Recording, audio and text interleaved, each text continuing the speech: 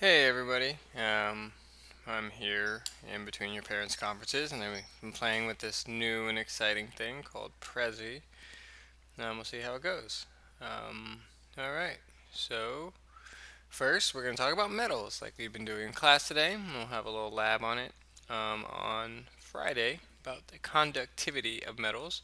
This is Guns N' Roses in case you are at all curious. Where we learned about the physical properties of metals. There are a few. One is that they are ductile, not like a duck, but duct, like duct tape. Ooh. And this is actually, wireframe little table there. They're also malleable, which means we can bend them into all sorts of different shapes. Here's a guy hammering some metal with a hammer, like a blacksmith of sorts. Maybe make it a sword, looks like actually. Um, they're also thermally conductive. That's a kid about to touch a pot. That's probably pretty hot. Get it? And that's actually a big guard, actually. See that thing? It's like a guard protecting the kid from the thermal conductivity of steel. Um, yeah, that means that metals can also transmit heat. Also, metals can also conduct electricity. And we're going to learn about that on Friday. Also, periodic table, there's a lot of metals all over the place. Pretty much most of everything beyond this purple, I guess that's blue. This blue part are all metals. First, we're going to talk about the alkaline metals, which were the same metals you watched on the MythBusters thing the other day. Um, Lithium, sodium, potassium, rubidium, cesium, francium. And the alkaline metals are not found in nature, but only found in stuff. So like calcium, like in milk and stuff, you never just find straight up calcium. You'll find it with like calcium carbonate, which is chalk, or other calcium-like compounds. Um, but we can make them in the lab, and they tend to be soft. They're highly reactive. Remember, whoa, that's the thing. In MythBusters, they actually just added pure alkaline metals to water, and those things were exploding, right? Um, Second group right here is the alkali earth metals. Um, and the alkali earth metals are fairly hard, they're good conductors of electricity, and they're less reactive than group 1.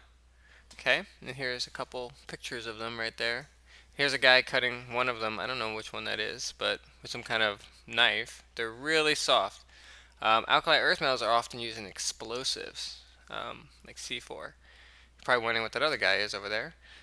Next, we have the transitional metals, which is this whole middle part of the chart here.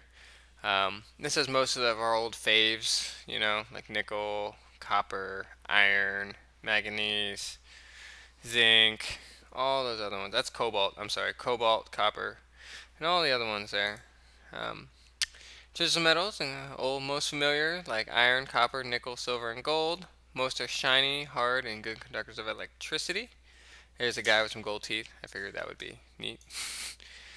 Well, now we have this row right here, which is called the lanthanides.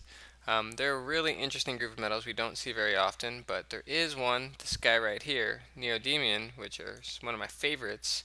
And if you've ever seen these ball magnets, they're like these little balls that stick together. I actually ordered like $100 worth from China. Hopefully they're coming. You should get 1,000 of these things. We'll play with them in class, but they're really strong magnets, and they're called rare earth metals. And that's my computer messing around me. All right, and then we have the final one, the actinides. That's the bottom row. And whoa, oh well, I'll just let you know. That's the bottom row. Uranium is one of these, and this is actually from the 1930s. This is glass coated in uranium. Freaky, right? And people are eating out of that. Scary, huh? All right.